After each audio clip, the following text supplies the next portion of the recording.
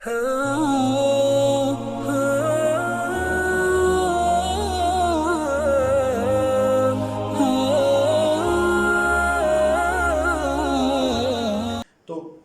بات ہو رہی تھی کہ عرب میں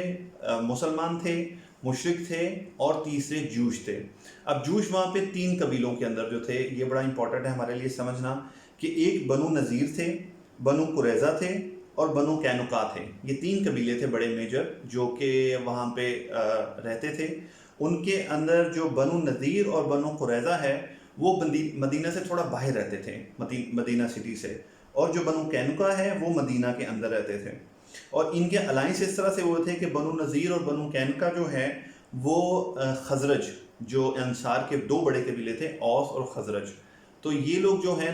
یہ خزرج کے الائنس تھے کہ یہ لوگ کسی قسم کا مسئلہ ہوتا تو یہ خزرج جو ہیں ان کے الائنس آتے اور ان کی مدد کرتے تھے، اور باقی جو ایک قبیلہ تھا وہ اوس کے ساتھ اس کا ایگریمنٹ تھا۔ تو یہ سچویشن اس وقت تھی کہ جس وقت چل رہی تھی۔ اب جوز کی وہاں پہ مدینہ میں اس ٹائم پہ سچویشن اور ان کی جو وہاں پہ پلیسمنٹ تھی وہ بڑی کرٹیکل تھی، کیونکہ جو جوز تھے وہ پورا کا پورا جو وہاں کا اکنامک سسٹم تھا اس کے اوپر چھائے ہوئے تھے۔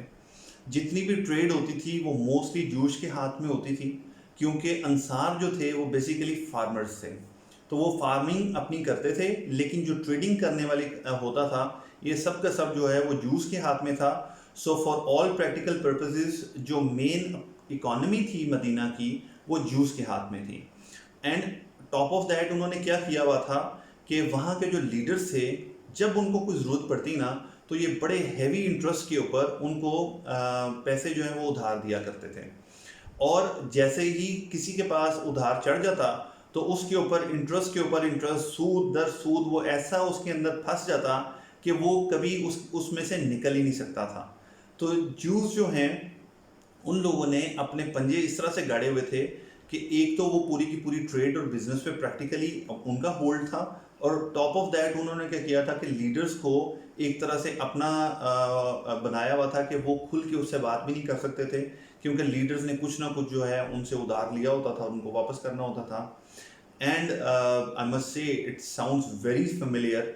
کہ آج کل بھی ایسے ہی ہوتا ہے کہ آج کل بھی کسی بھی ملک کو جب آپ کو نظر آ رہا ہوتا ہے کہ کوئی ملک سر اٹھا رہا ہے نا تو اس کو بڑے ہیوی قرضے دیے جاتے ہیں، بڑے ہیوی انٹرسٹ کے اوپر قرضے دیے جاتے ہیں، اور جب کوئی ملک، کوئی نیشن جو ہے وہ قرضوں کے نیچے آ جاتی ہے تو پھر وہ سر اٹھا کے نہ اپنے فیصلے خود سے کر سکتی ہے اور نہ ہی وہ کسی کا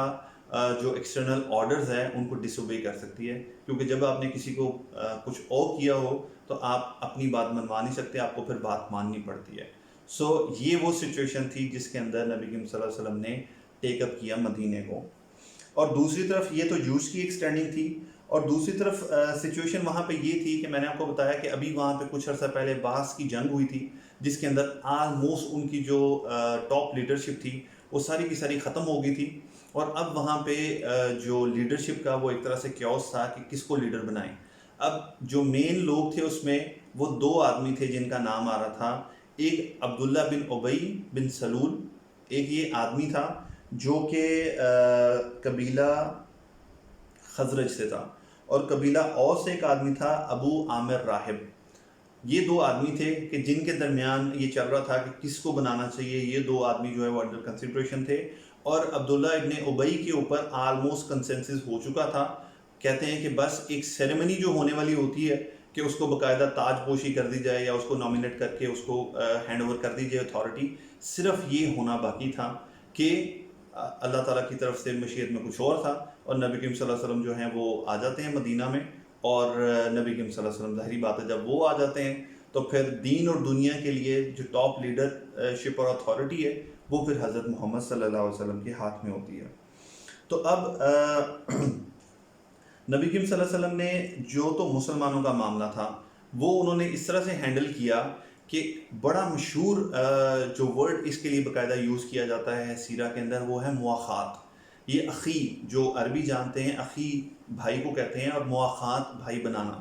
تو یہ مواخات تھی، ایک بردرہڈ تھا کہ جو نبی کریم صلی اللہ علیہ وسلم نے بنا دیا۔ کل ہم نے اس کی ہلکی سی گلمپس دیکھی تھی کہ کس طرح سے پیئرنگ کس طرح کی گئی تھی۔ یہ پک اینڈ چوز نہیں تھا، ہر بندہ آ کے اپنی مرضی سے بندے کو چوز نہیں کر لیا کرتا تھا۔ یہ بیسیکلی ہوتا اس طرح سے تھا کہ ایک طرف لاٹ تھیں اور ایک طرف ایک کیو تھی. ایک طرف سے لاٹ اٹھائی جاتی, اس طرف سے کیو میں دیکھا جاتا کہ کون سا بندہ ہے, اور ان کو پیر کر کے ان کو اس طرح سے بھائی بھائی بنا دیا جاتا. اور جب یہ مواخات ہوئیں تو اس وقت آپ سوچیں کہ جو انصار تھے, انصار کا حالانکہ اتنے 13 سال کے بعد جا کے آپ دیکھیں کہ انصار ایمان لے کے آ رہے ہیں, لیکن اللہ تعالیٰ جو ہے مہاجر اور انصار کا اکٹھا جو ہے بیان کرتے ہیں قرآن کے اندر کہ جیسے وہ ایک سٹیٹس کے لوگ ہیں. اس کی ریزن تھی بہت بڑی کہ انصار نے واقعی میں اپنا دل کھول کے جو ہے مہاجرین کی مدد کی. آپ کو پتہ ہے کہ مواخات کے شروع کے زمانے میں جو نبی کریم صلی اللہ علیہ وسلم کی طرف سے ان کو جو انسٹرکشنز تھیں وہ یہ تھیں کہ جو بھائی بھائی بنیں گے, ایک ہاؤس ہولڈ جو ہے وہ دوسرے پورے ہاؤس ہولڈ کو اکوموڈیٹ کرے گا اپنے پاس, اور اس کی جتنی پراپرٹی اور جتنی اس کی جائیداد ہوگی اس کے اندر وہ برابر کا حصے دار ہوگا. اور نہ صرف یہ کہ وہ اس میں حصے دار ہوگا, اگر آدمی کی ڈیتھ ہو جاتی ہے تو اس کے بعد اس کی جو انہیریٹنس ہوئے گی, ایون اس کے اندر بھی اس کا حصہ ہوئے گا اس کے مہاجر بھائی کا. اور انصار نے بڑا خوشی خوشی جو ہے اس چیز کو ایکسیپٹ کیا, حتیٰ کہ انصار خود نبی کریم صلی اللہ علیہ وسلم کے پاس آئے اور ان کو پوچھا کہ ہمارے پاس, کیونکہ وہ میں نے بتایا فارمنگ کرتے تھے تو بہت بڑے بڑے فارمز سے لینڈ تھی ان کے پاس, تو نبی کریم صلی اللہ علیہ وسلم کو آ کے انہوں نے خود والنٹیئر کیا کہ ہماری یہ جو لینڈز ہیں یہ بھی ڈیوائڈ کر دی جائیں ہمارے بھائیوں کے درمیان اور ہمارے درمیان. تو نبی کریم صلی اللہ علیہ وسلم نے اس بات کو نہیں ایکسیپٹ کیا, اس کو ریفیوز کر دیا. پھر انہوں نے کہا کہ ٹھیک ہے وہ ہماری مدد کر دیا کریں اس کے اندر, فارمنگ کے اندر, اور جو اس کے اندر سے پروفٹ آئے گا اس کے اندر ہم لوگ شیئرنگ کر لیا کریں گے. تو اس چیز کو نبی کریم صلی اللہ علیہ وسلم نے ایکسیپٹ کر لیا. اب اس کے پیچھے جو ہے وزڈم وہ نبی کریم صلی اللہ علیہ وسلم کا یہ تھا کہ یہ لوگ فارمرز تھے انصار آلریڈی, اور مکہ کا معاملہ یہ تھا کہ وہ بڑی بیرن لینڈ تھی, وہاں پہ کسی قسم کی فارمنگ نہیں ہوتی تھی, وہ لوگ ٹریڈرز تھے, بزنس مین تھے. اور اگر زمینیں دے کے ان کو دے دی جاتی جو کہ ٹریڈرز تھے تو ان کو تو کام ہی نہیں آتا, تو ظاہری بات ہے پروڈکشن کے اوپر بہت زیادہ افیکٹ ہوتا, پروڈکشن اتنی نہ ہوتی کبھی بھی کیونکہ ان کا تجربہ ہی نہیں تھا. تو نبی کریم صلی اللہ علیہ وسلم نے اس طرح سے معاملہ ان کا کر دیا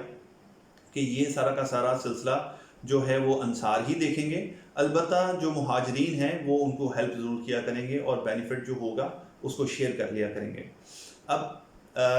جہاں پہ انصار نے مہاجرین کو ایک سپورٹ دی دنیاوی طور پہ رہنے کے لیے, تو جو مہاجرین تھے ان کی طرف سے انصار کو بہت بڑی سپورٹ تھی ان کی دین کی طرف سے. اور وہ دین کی طرف سے کیسے, کیونکہ آپ کو پتہ ہے کہ آلموسٹ 13 ایئرز ہو گئے تھے کہ یہ جو مسلمان تھے مکہ کے مہاجرین جو ہو کے آئے تھے یہ نبی کریم صلی اللہ علیہ وسلم کے ساتھ تھے فرام ڈے ون, اور ان کے اوپر آیات نازل ہو رہی تھیں, اور ایک ایک چیز جیسے نازل ہوتی تو ظاہر ہے یہ نبی کریم صلی اللہ علیہ وسلم دیتے ہیں, انہوں نے زیادہ وقت نبی کریم صلی اللہ علیہ وسلم کے ساتھ گزارا تھا تو یہ دین کو زیادہ جانتے تھے, قرآن ان کو زیادہ آتا تھا. تو یہ کیا کرتے تھے کہ یہ ان کو دین کے بارے میں, اب ہر گھر میں جیسے آپ سمجھ لیں کہ ایک ٹیچر چلا گیا تھا اور وہ ہر گھر والوں کو اس کی طرف سے فرسٹ ہینڈ انفارمیشن جو ہے وہ مل رہی تھی, ٹیچنگز مل رہی تھیں. تو سبحان اللہ یہ اتنا فل آف وزڈم جو ہے وہ ایک نبی کریم صلی اللہ علیہ وسلم کا ڈیسیجن تھا کہ اتنی بڑی جو امیگرینٹس کی جو آپ کہہ لیں کہ ریفیوجیز کی ایک کرائسس ہو جاتا اگر کسی اسٹیٹ کے اوپر یا ایک بندے کے اوپر یہ پورا کا پورا بوجھ ڈال دیا جاتا تو وہ شاید مینیجیبل ہی نہیں تھا, کہ نبی کریم صلی اللہ علیہ وسلم نے ہر آدمی کو اس طرح سے ڈسٹریبیوٹ کر دیا کہ وہ بالکل ایسے لگا کہ جیسے ایک فیملی ایکسٹینڈ ہو گئی ہے and nothing more than that. اس میں ایک واقعہ جو ہے وہ بتانا بڑا ضروری ہے کہ حضرت عبد الرحمن بن عوف رضی اللہ تعالیٰ عنہ جو ہیں وہ جس آدمی کے ساتھ ان کا پیر ہوتا ہے جب بھائی بنتے ہیں وہ ان کو گھر لے کے جاتے ہیں اور وہ ان کو کہتے ہیں کہ یہ میرا گھر ہے, آج سے یہ آدھا آپ کا ہے آدھا میرا ہے, یہ میری جائیداد ہے, یہ آدھی آپ کی آدھی میری ہے, یہ میرے اونٹ ہیں, ہر چیز. حتیٰ کہ وہ اس حد تک کہتے ہیں کہ میری 2 بیویاں ہیں, جس کو آپ کہتے ہیں میں اس کو طلاق دے دیتا ہوں تو آپ اس سے شادی کر لیں اور میرے پاس دوسری بیوی رہے گی. اب یہ ان کا ایک ایمان تھا اور ایک ان کا ایک تھا کہ میں اپنے مسلمان بھائی کے لیے یہ اس حد تک کروں. اور ادھر حضرت عبد الرحمن بن عوف رضی اللہ تعالیٰ عنہ تھے اور انہوں نے کہا کہ تمہارا بہت شکریہ, اللہ تمہیں اس کی بہت زیادہ جزا دے, مجھے صرف تم اتنا بتا دو کہ سوق کدھر ہے, یعنی مارکیٹ پلیس کدھر ہے. تو وہ بتاتے ہیں ان کو کہ مارکیٹ پلیس کدھر ہے, اور حضرت عبد الرحمن بن عوف جو ہیں وہ تھوڑا سا پنیر لے کے جو ہے چیز لے کے وہ جاتے ہیں مارکیٹ میں اور اس کو سیل پرچیز کرتے ہیں, اس کی جگہ پہ پھر وہ کپڑا لیتے ہیں اور اس کو سیل پرچیز کرتے ہیں. And within no time حضرت عبد الرحمن بن عوف رضی اللہ تعالیٰ عنہ جو ہیں وہ امیر ترین آدمیوں میں سے شمار ہوتے ہیں. تو ہر بندہ اپنی جگہ پہ پورا اس ڈیڈیکیشن کے ساتھ کہ ایک دوسرے پہ یہ نہیں کہ کسی کے مال پہ نظر تھی کسی کی، ہر کوئی اپنی اٹموسٹ ایفرٹ کر رہا تھا کہ میں کس طرح سے کنٹریبیوٹ کر سکتا ہوں ان چیزوں کو. اور اسی میں حضرت سلیمان فارسی کی ابھی ہم نے سٹوری پڑھی، تو حضرت سلیمان فارسی رضی اللہ تعالیٰ عنہ جو ہیں ان کو پیر کیا گیا حضرت ابو درداء رضی اللہ تعالیٰ عنہ سے. ان سے بھی بہت ساری احادیث جو ہیں وہ مروی ہیں. ان کا معاملہ کیا تھا کہ بڑے پائس آدمی تھے، بڑے نیک آدمی تھے، اور جیسے میں نے آپ کو بتایا نا کہ جو مہاجرین تھے وہ آ کے بہت ساری چیزوں میں ان کو باقاعدہ گائیڈ کیا کرتے تھے. اور حضرت سلمان فارسی کا خاص مقام یہ تھا کہ وہ انجیل کے بھی عالم تھے، انہوں نے کرسچینٹی کو بھی بڑے قریب سے دیکھا تھا، اور اب وہ آ کے مسلمان ہونے کے بعد وہ قرآن کو اور اسلام اور دین کو بھی جانتے تھے، کیونکہ پہلے سے ان کی بیس بنی ہوئی تھی، ایک خدا کی پوجا کرنا اور نبیوں کا اور آخرت کا ایمان اور فرشتوں کا، یہ ساری چیزوں سے وہ جانتے تھے. تو ایک دن وہ ابو درداء رضی اللہ تعالیٰ عنہ جو ہیں وہ گھر پہ نہیں تھے، وہ گھر آئے تو انہوں نے حضرت ابو درداء سے پوچھا کہ میری بہن، میں تمہیں دیکھتا ہوں کہ تم کبھی بھی ابو درداء کے لیے تیار نہیں ہوتی، یا پھر اس طرح سے جیسے ایک ہوتا ہے. تو وہ کہتی ہیں اس وقت کی عورتوں کو خیر شکایتوں کی بھی عادت نہیں ہوتی تھی، سرپرائزنگ نا، ان کو کوئی عادت نہیں تھی کہ وہ شکایتیں کرتی. اس نے کہا کہ آپ کا بھائی بہت نیک آدمی ہے، تو اس کو ضرورت نہیں ہوتی، کہ وہ دیکھتا ہی نہیں ہے، اس کی اٹینشن ہی میری طرف نہیں ہے، تو میں اس کے لیے کیوں تیار ہوں پھر. تو اس نے یہ سن لیا حضرت سلمان فارسی نے، اور وہ انتظار کرنے لگے کہ ابو درداء واپس آتے ہیں. ابو درداء واپس آئے دوپہر کے وقت، تو حضرت سلمان فارسی کہتے ہیں کہ آؤ بھائی کھانا کھا لیتے ہیں. تو انہوں نے کہا میرا تو روزہ ہے. تو حضرت سلمان فارسی نے کہا کہ میں تو کھانا نہیں کھا رہا، پھر اگر تم نہیں کھا رہے تو روزہ توڑ دو اور کھانا کھاؤ میرے ساتھ آ کے. تو انہوں نے کہا کہ عربوں میں تو یہ تھا کہ ایک بھائی جو ہے وہ کھانا جو ہے نہ کھائے میری وجہ سے، تو انہوں نے نفلی روزہ تھا توڑ دیا اور ان کے ساتھ بیٹھ کے کھانا کھایا. کھانا وغیرہ کھا کے رات کا جب وقت ہوا عشاء کی نماز پڑھ کے حضرت ابو درداء جو ہیں وہ رات کے نفل پڑھنے کے لیے کھڑے ہوئے، تو حضرت سلمان فارسی آگے انہوں نے کہا کہ جاؤ جا کے سو جاؤ. انہوں نے باقاعدہ انسسٹ کیا اور میک شور کیا کہ وہ جا کے سو جاتے ہیں.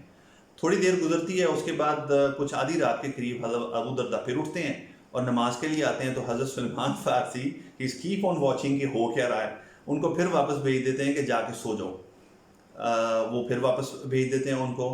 اور جب ایک تہائی رات جو آخری جو ہے رات کا حصہ رہ جاتا ہے، تو حضرت سلمان فارسی خود جاتے ہیں اور حضرت ابو درداء کو اٹھاتے ہیں، اور وہ اٹھا کے ان کو کہتے ہیں کہ اب تہجد کا وقت ہے، آپ اپنی نفلی عبادت جو بھی ہے کرنی وہ کریں. اور پھر ان کو بتاتے ہیں، حضرت ابو درداء جو ہیں وہ تھوڑے سے کنفیوز ہوتے ہیں کہ یہ کر کیا رہا ہے میرے ساتھ. تو وہ پوچھتے ہیں کہ پہلے تم نے میرا روزہ توڑوا دیا، پھر تم نے مجھے رات کی عبادت نہیں کرنے دی. تو حضرت سلمان فارسی رضی اللہ تعالیٰ عنہ کہتے ہیں کہ اللہ تعالیٰ نے ہر چیز کا ایک حق رکھا ہے آپ کے اوپر. اللہ تعالیٰ نے اپنا حق رکھا ہے، اللہ تعالیٰ نے آپ کی بیوی کا حق رکھا ہے، آپ کے بچوں کا حق رکھا ہے، حتیٰ کہ آپ کے اپنے جسم کا حق رکھا ہے کہ ان سب کا حق ادا کریں. ایک کے حق کے اوپر آن دا کاسٹ آف ون، دوسرے کو آپ اگنور نہیں کر سکتے. تو اللہ کا حق جو ہے، آپ ایک تہائی رات سوئیں اور اس کے بعد اٹھیں اور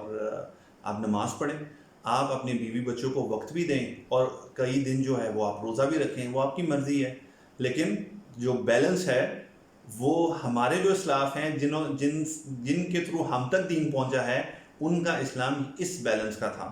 کہ اگر آپ مسلمان ہونے کا مطلب یہ نہیں ہوتا کہ دنیا چھوڑ کے بعد جی لگ گئے ہو، اب دنیا سے میرا کوئی لینا دینا نہیں ہے، میں تو روزے رکھوں گا، نمازیں پڑھوں گا، راتوں کو جاگوں گا، کیا کہتے ہیں چلے لگاؤں گا، اور بیوی بچے کیا کر رہے ہیں ان کو میں ٹائم دے رہا ہوں نہیں دے رہا. یہ ہمارا دین تو ایٹ لیسٹ اس کو نہیں کہتا. آپ کہتے ہیں کہ یہ اتنی انیشل سٹیج تھی اور وہ ان کو کیا ایجوکیٹ کر رہے تھے. حضرت ابو درداء سن تو لیتے ہیں یہ سب،